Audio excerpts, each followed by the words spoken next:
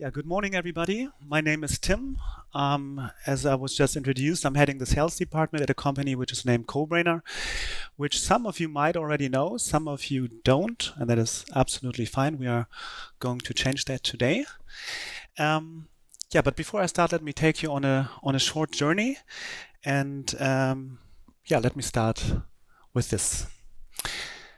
By 2030, in Germany, 10 million people in Germany will need completely new skills.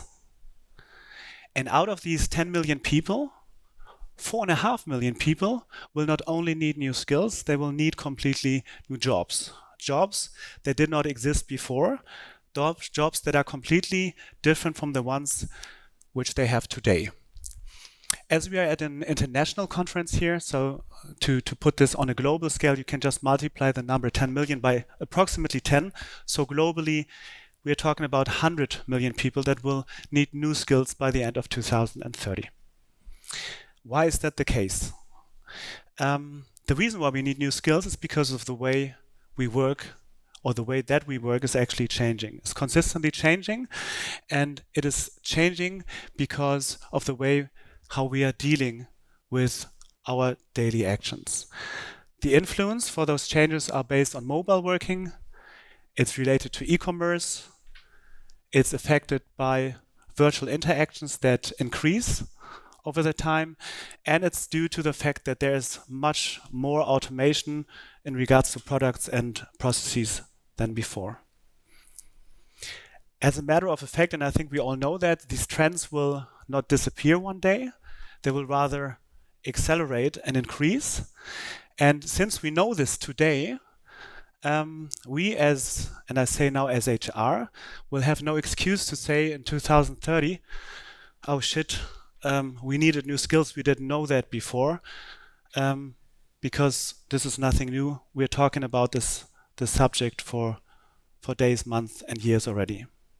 The positive side about this is HR, instead of reacting on this, can now proactively do something. And I think that is what we need. We need HR to come in the driver's seat and steer the companies through the rather challenging times that our companies are facing in the future. The CHRO of the Deutsche Telekom, Birgit Bohle, mentioned in one of her recent posts, skills are the new gold. And I personally think she's absolutely right with that. When we talk to companies, what we find most of the time is a model which looks a little bit like this. So there has been people who were in charge of clustering the workforce into different, let me call it buckets or segments. So most of the times it starts with jobs. Jobs are clustered into roles. Roles are then clustered into competencies. And that is basically where it ends, and where the problem starts. Because, and I think you will agree with me, competencies and nowadays will not be the solution when it comes to workforce transformation, when it comes to succession planning, when it comes to changing your workforce or developing your workforce into a certain direction. Why is that the case? I've been working in sales, and let's take my example. I've studied hotel management quite some time ago, I have to admit. After that, I changed into the IT sector. From IT, I went into finance. From finance, I went into mobility. Now I'm working in HR.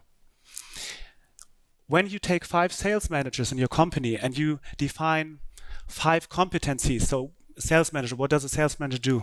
A sales manager needs to have presentation skills. A sales manager needs to be able to negotiate. A sales manager might have to speak a language, English, French, Italian, you name it. So when you define competencies based on job profiles, that is the way how most of the companies do this nowadays. The challenge behind is you don't consider the past of the employee. You don't consider the entire experience the person went through. So as a matter of fact, when you take 5 sales managers and you cluster them this way, well, surprisingly, they are all the same.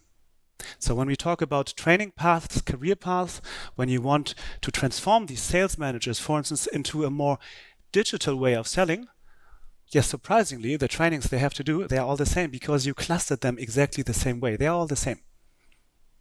So big question mark if when we work with competencies, we come to the end. And that's why we're saying this is the gold.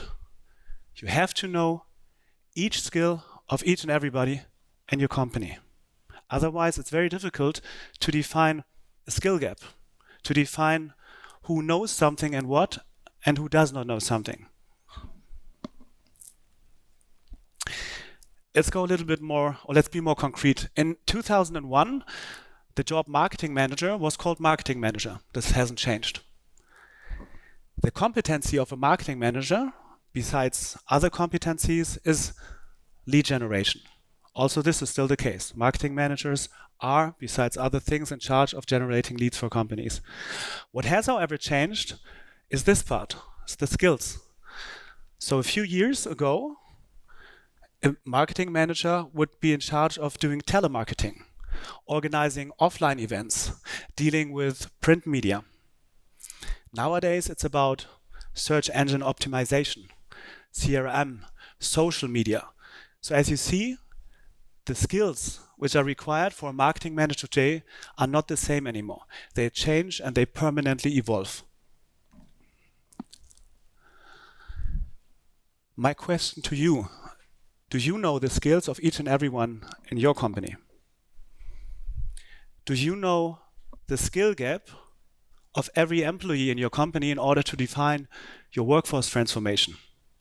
To ensure that your strategy, your strategic workforce strategy is actually working and in alignment with what you have planned for the next 3 or 5 years.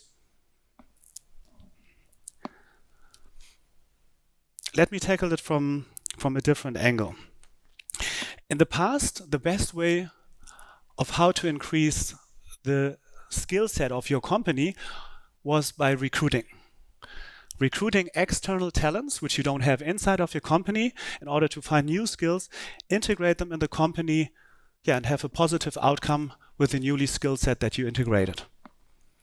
The downside of recruiting, however, is that this is the most expensive way of increasing the skill set of your corporation. In average, per 100 new employees, you have to pay 5 million euros for recruiting and onboarding. 5 million, that's 50K per employee. And that is what we're still doing. We're still doing this, although we know outside there we're facing war for talents, skill shortage, and many other things which we're all facing in Europe, which are challenging. There is, however, a much more effective way of increasing the skill set of a company. And this is by focusing not on recruiting, but by rather focusing on up and reskilling. Up and reskilling is currently the most effective way to close skill gaps and to build up new skills. 46% of your top line revenue directly requires constant re and upskilling. And the benefit is not only on the corporate level. There is also benefit for the employee, because up and reskilling, as we all know, promotes retention.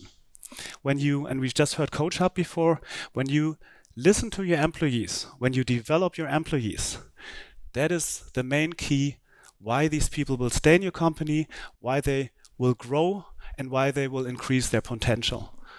41% of all employees do not change the job because they have a bad manager. 41% of your employees change the job due to the lack of career opportunities and lacking of further development possibilities. What does that cost you? That costs you 50 million euros, because that's the average of attrition costs for companies with approximately 10,000 employees.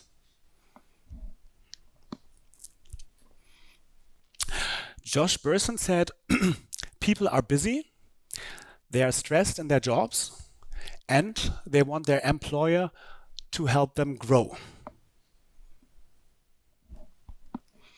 And that is exactly what we do in Cobrainer. Cobrainer is a people growth platform that unleashes the potential of skills for HR and employees.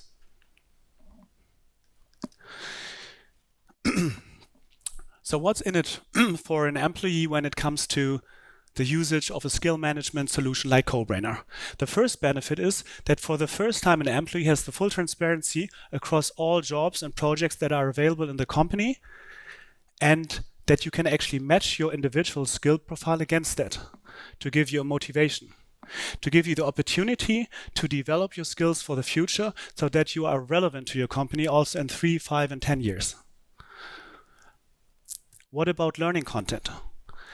We've seen very often with companies that they buy thousands of blended learning courses. And I'm not saying that that is the wrong approach. But what I'm saying is, if you do not know your personal skill gap, well, in which direction do you develop? Which training do you choose? Or put it the other way around. Your manager. Which manager can choose a training for an employee when you don't even know the skills of your employee? Difficult. The last point is the visibility of your personal skills across the company. So to actually know what are the hot skills of your company, what are the future skills, the future roles of your company, so that I as an employee can, in a self-centered learning and development approach, take my career in my own hands and develop towards, well, your transformation targets and goals. Let's have a look at the view of the companies. Skill management for HR is very important, but also from an employer branding perspective.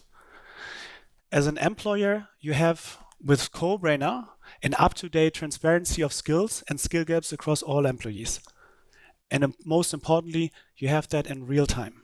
Why do you have it in real time? Because when you take your employees with you on the journey, they are the ones filling in skill profiles on their free will, and they will keep them up to date because they develop on their own. You don't have to force them to do that. Second point, it's more efficient with Cobrainer, with a skill management solution, once it comes to filling of vacancies, when it's being done unbiased. Unbiased means without subjective opinions, without having somebody who knows the boss, and that's the reason why he gets promoted. It's purely based on skills, based on the capabilities you have in your company. And also another point, and I think this one is very important, when you use a skill management solution, you break down silos. And I think that is the most important point, and that's what we are standing for. With skill management, you uncover your hidden talents in the company.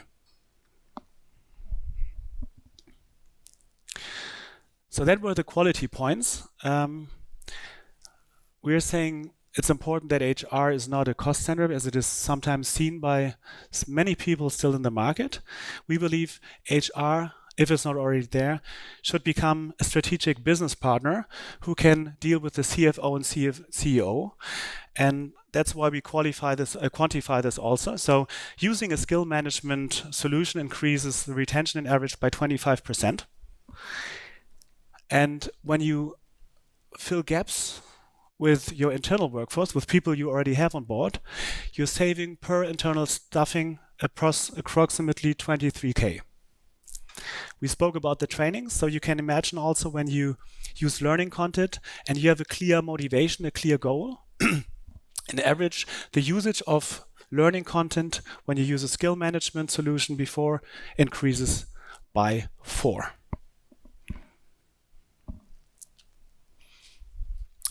So that was very fast. I don't have the time here, it's turned off, maybe because I was so fast. I